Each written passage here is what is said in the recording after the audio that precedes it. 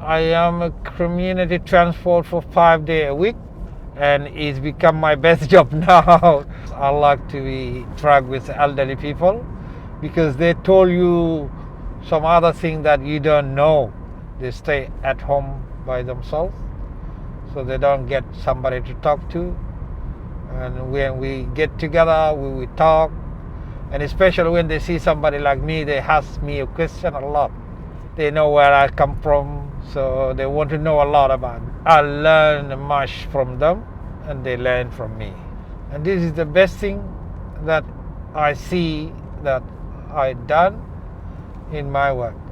But when they talk to me and I talk to them, they feel better. The social aspect of it, which is most important. So community transport is a non-clinical transport service that is aiming to improve healthcare outcomes for community members. Here in Heathcote, we have a large community transport service that is primarily led by volunteers and supported by a few paid staff. And we do a mixture of local as well as further afield jobs to our major regional centres such as Bendigo. A lot of people use the service for specialist appointments that they're not able to attend locally or via telehealth yet. So it's really essential for them in getting to those appointments and seeing their specialists to improve their healthcare outcomes. Southport Daylings is very fortunate to have a pool of over 85 volunteers who give up their time weekly to drive clients to these appointments, and the volunteers get a great benefit over developing relationships with the clients over time and giving back to their community. We provide up to 50 trips a day when we're at peak capacity, and that's essential for enabling residents to get to these appointments or social events that they need. I just do this one morning a week, so each Tuesday morning. So yeah, it works out really well. I've only lived in the area 3 years, so it's nice to get a bit of history, and some of the people have lived in their houses for over 50 years and they're able to tell me little stories, and you feel like you're giving some sort of benefit to them. So rather than being a taxi with someone they don't know, I'm a regular face for them. I can't drive. I've got mild epilepsy, so I can't drive. And with that, and taxis won't take you anywhere because it's not far enough. But to go to the doctors, to go shopping, because I'll be going to Coles after after the exercise class and things like that. They're use. And if you want to go to the market, you use it to go to the market. A lot of people, even just elderly ladies that just, can't get round much, but, it takes them to and from. We can offer that friendly companionship. Cases where in the aged care facilities, there was a period where they weren't allowed visitors because of the COVID thing. We would still be picking them up for a medical appointment in Bendigo. And this they absolutely treasured. It was a major outing.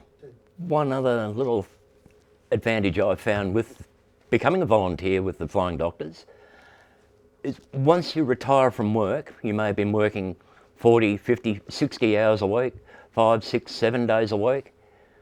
Once you hit that retirement point, you need something to help pass the time. And I found doing this was one way of allowing me to slowly unwind into full retirement. The difference it's made in people's lives in Heathcote, and I've known a lot of these people all my life because I'm a local, born in Heathcote, to speak to them and see the difference it's made. Over the last couple of years with the COVID, without the Royal Flying Doctors, I'm not sure how these people would have even got to appointments. The community transport does mean a lot to us. I can also remember going back in the day of trying to get ladies to breast screen in Bendigo, and we'd book our little bus out, and there was 11 ladies that used to go, and the same 11 ladies went every 2 years for a breast screen to Bendigo, and they made a day of it. But now these ladies can get there whenever they need to get there, not wait for us to organise a 2-year trip. I'm sure they look forward to that driver coming and saying they're there, and it's that discussion, the person who probably reassures them that the appointment will be okay, and they're probably the first to hear of any bad news that comes across as well, because they're the people taking them to an appointment where they might be given a diagnosis that they weren't expecting. So that driver is not just the driver, they're also that person that's probably there going, are you okay? You know, did everything okay? And when they say no, you know, they or then become the person that's sort of helping them out. I use the transport because it's impossible for me to do my appointments without them. And I just find them so convenient. Most specialist appointments are 2:45 in the afternoon, and they take 2 or 3 hours sometimes. And the last bus home is 5:15.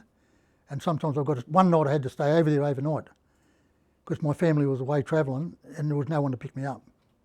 And I caught the bus home at 6:30 in the morning. They get you there on time no matter what. They bring you home on time. I don't know how they do it. It's just so professional and just outstanding service.